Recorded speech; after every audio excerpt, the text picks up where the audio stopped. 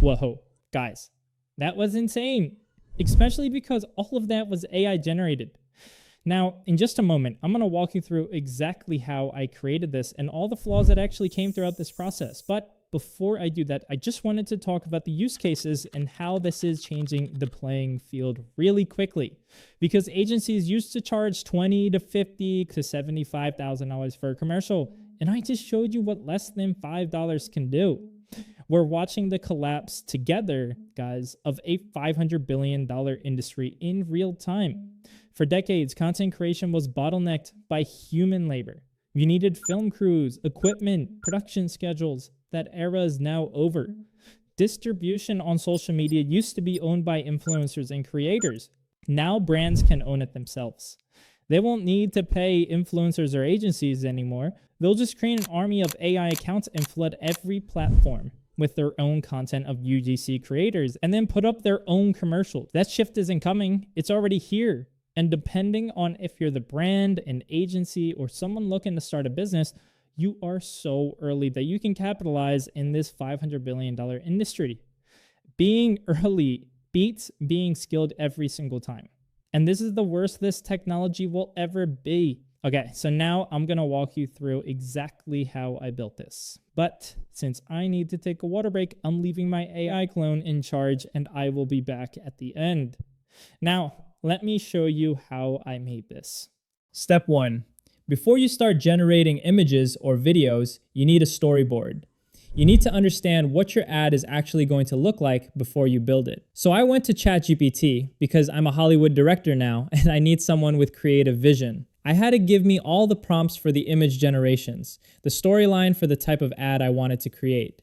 And you can do this for anything. AI influencers, UGC ads, commercials, whatever. ChatGPT handles the creative side, and it's crucial to have a shot scene and a shot list. This is the process I followed. I had to give me an example from Max Verstappen racing at the F1 circuit, the skydiving scene from Red Bull's famous stunt, and originally I was going to add Shaun White snowboarding, but my ad was already 45 seconds, so I cut it. I got very clear on the shots I needed, and ChatGPT gave me the prompts I was going to use. Once I had the vision and the prompts locked in, I went to Higgsfield to bring this director's vision to life. So I went to Higgsfield Cinema Studio. This is a new feature and it's a game changer. Here's why this matters. Most AI tools give you zero control. You type a prompt and hope for the best. Cinema Studio lets you think like an actual director. You choose the camera, the lens, the focal length.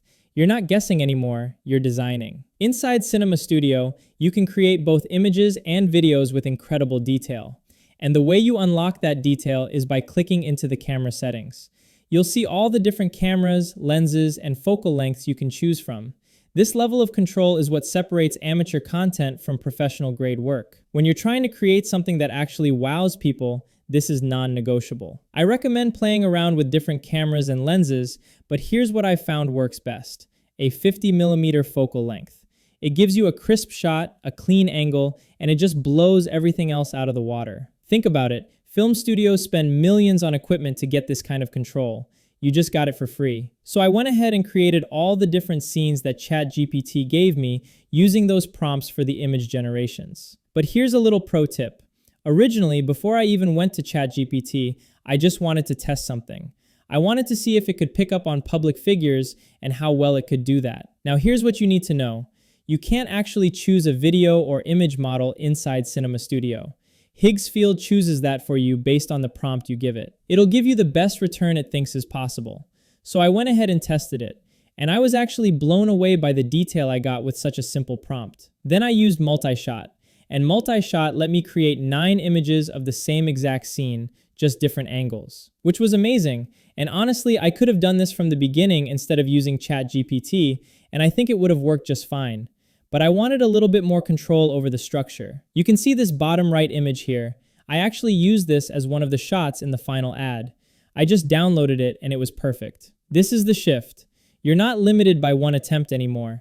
You're generating options at scale. So the first shot I actually had to create was the visor, and it's insane. Look at the level of quality here. I believe this is using Nano Banana Pro based on the generation style, but just look at the skin texture, the glare inside the eyes. Everything is absolutely perfect. Even with the visor, you can see they're in Monaco, or at least a place with buildings that look like this. I've been to Monaco for the F1 races, and a lot of these generations are actually pretty accurate. Here's what this means. AI isn't just generating random images anymore. It's understanding context. It knows what Monaco looks like. It knows how light reflects off a visor. That's not a tool, that's intelligence. After that, the next scene I needed was the steering wheel image, which I already had from the multi-shot. Then I had to generate Max sitting in the F1 car. And again, I realized I liked the image from the multi-shot better, so I ended up using another one of those images to carry this out. It was just the best option. Now here's what you're probably noticing. I didn't use ChatGPT as much as you'd think for the creative direction. And that's because Cinema Studio is so user-friendly, especially when you're creating a storyboard or any sort of movie or content with AI. The multi-shot angle can start to replace the entire planning and creative direction process. But I still like ChatGPT just to give me the overall structure. After creating that scene, I had to generate the F1 car driving through the tunnel. And again, look at this. This actually looks like an F1 car. It's incredibly accurate. It even has the logos on it. The dirt is kicking up in the back. You can see the glare from the sun with the shadows. It's just so good. So after that, I gave myself a couple more options with multi-shot, kind of like a Hail Mary to see if there was anything else I liked for the driving scene. But I ended up liking the original image I generated, so I stuck with that.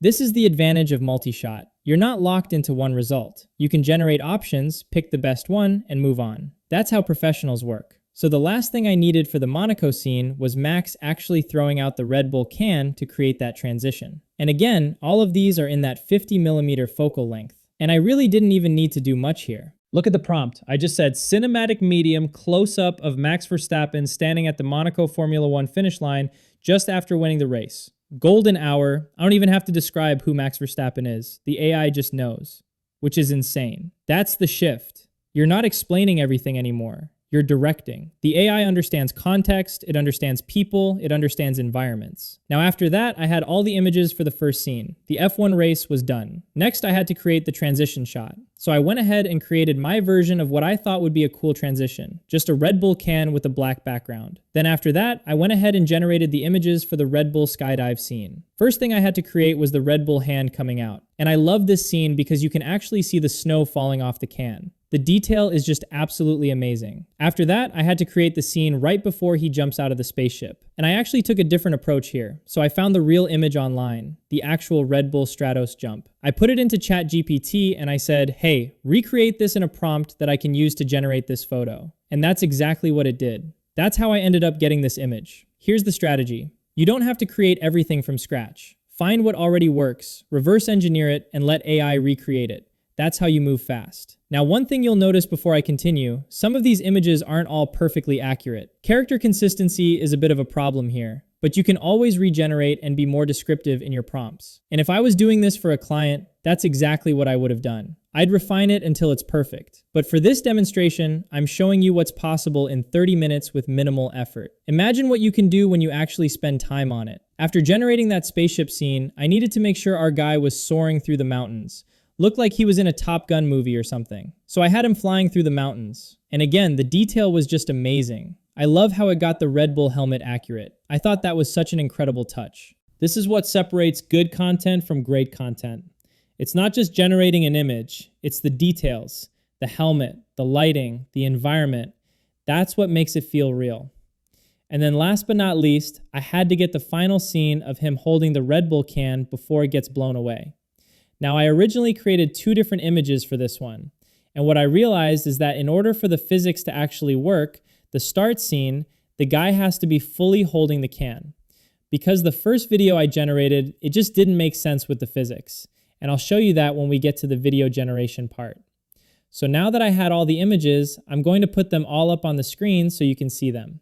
And as you can see, Cinema Studio does an amazing job of letting you get really high quality shots, especially when you're choosing the camera, the lens, and the focal length. It gives you so much more control over what you actually need, especially when you're doing this for your own brand or for clients. This is the future.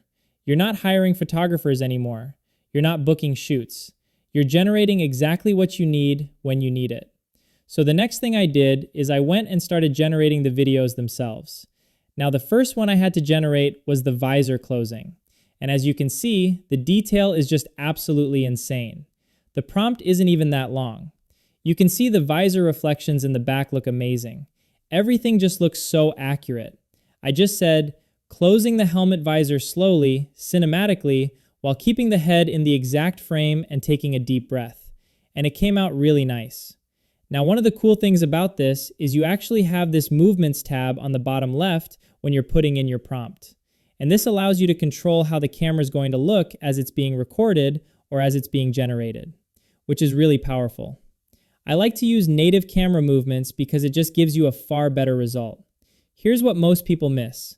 Video generation isn't just about making something move. It's about camera work. That's what makes it feel cinematic. So after generating the visor, the next one was the steering wheel. And again, you probably didn't notice this, but in the background, you can see it looks like the car is actually going in reverse, which we don't want. So I probably would have regenerated this, but the rest of the scene is actually so good. You can see the golden hour hitting the steering wheel booting up. Even all the logos and everything look pretty accurate on the side of the car. After that, I needed to get the actual scene of him leaving the cockpit or leaving the pits. And what you'll notice is I actually didn't even put in a prompt for this. I just said orbit around. And this is exactly what it gave me. That's why this is so beginner friendly. You don't have to be an expert at creating any of this. The AI understands what you want. Now, after creating that scene, this was the tricky part. Getting the physics to work on the F1 car driving. I tried quite a few different generations and none of them really worked. For some reason, the car kept driving backwards as you're seeing on the screen right now. With these two generations, they just kept driving backwards and I had no idea how many generations it would take to fix it. So I went to ChatGPT and I said, hey, explain to me in depth how to make this thing drive forward. I used orbit around and this is what it gave me. Now, as you can see, again with the physics, F1 cars don't drive like this. They're not bouncy and shaky. So I knew that one wasn't going to work either. This is the reality of AI right now. Physics is still a challenge. But here's the thing, it's getting better every single week. 6 months ago, this wouldn't have been possible at all. So the last one I did, I took ChatGPT out of it and I created this on my own. I made a very basic prompt. And what I actually found out is that more basic prompts work better in these scenarios. The simpler the prompt, the better it's able to understand the physics and do it on its own. So the last F1 scene I actually had was the transition shot of Max and the Red Bull can getting wings and flying away from him. And that was nice. The only problem I had with this was the lettering didn't stay consistent, but that's okay. Now, creating this transition was also a little tricky. As you can see, I probably would have redone this transition if I had to do this for a client because the lettering is all messed up. But I created it going from Max's hand into black space, so you can kind of see the transition. And then I did another start and end frame. So what I did was I used Max's photo as the start frame and the Red Bull photo I generated as the end frame. And I used the pretty long prompt that ChatGPT gave me. I didn't even check it, but it made the can flow forward. Start and end frames are powerful. You're not just generating random motion, you're controlling the beginning and the end. That's how you create seamless transitions. So in order to get this to connect to the skydiving scene, I actually used the start frame as the same end frame from the black Red Bull, and I used the end frame as the image I generated of the Red Bull guy putting his hand out. And that's how I got that transition in place. Again, I would have changed that in hindsight. So the next thing I had to generate was him actually jumping out to skydive. And again, the physics is a little bit off with some of these generations. That's just an overall problem you're going to face while doing this work for yourself or for your clients. As you can see with this video, it just doesn't make sense. He doesn't really fall out of the spaceship. So I just cleaned that up in post-editing because I still liked the shot. I still thought it was pretty good. But you can always regenerate it and hope for a better seed, or put in more detail. It's really up to you and what you're doing it for. This is where the professional mindset comes in. You're not looking for perfection on the first try. You're generating, testing, refining. Now this second to last scene, I had him flying through the mountains. And again, the detail was amazing. I just used the ChatGPT prompt. Now important to note, as you can see, the camera angle is actually pretty good. It's just following him. So I used the camera follow motion for this one specifically. And the camera follow motion did really well. You can choose a lot of these camera motions to really bring your story and your ad to life. Then the last scene I needed to create was that final transition of the Red Bull flying out. So like I was saying, I had those two different images with the guy holding the Red Bull can. And the first generation, the physics didn't make sense. As you can see right here, it looks like the Red Bull's just sticking to his thumb, which makes no sense. I know it's cold out there, but I don't think it's that cold where the whole thing's sticking to you, so I didn't like that. I had to regenerate that image so he was actually holding the can. And as you can see, it worked 1,000 times better. But again, same with the transition, the lettering just doesn't make sense. None of it really made the most sense, so I would have regenerated it. But here's the point. This is what anyone, as a beginner, with no skills whatsoever, can create for less than $5 and less than 30 minutes of their time. And if you want to learn how to do this for your brand or business, or if you're looking to learn how to sell this to brands or businesses, this is an insane opportunity. But the last thing I want to note is this. This is the worst all of this technology will ever be, and it's only improving from here. Now, the last and final step to really bring all this together, because as you can see, we just have all the clips, is you drop this into your favorite video editor. I just use CapCut. I think it's the easiest. And then you can just edit everything inside of there to get the ad the exact way that you want it. So that's it. That's exactly how you create a Hollywood level ad from start to finish. Less than $5, less than 30 minutes. And look, if you want to actually make your first dollar with AI video creation, I have a free community inside Skool where I break this down step by step. No fluff, no upsells, just the exact process. Links in the description. Now stop watching and go start creating. I'll see you guys on the next one. Peace.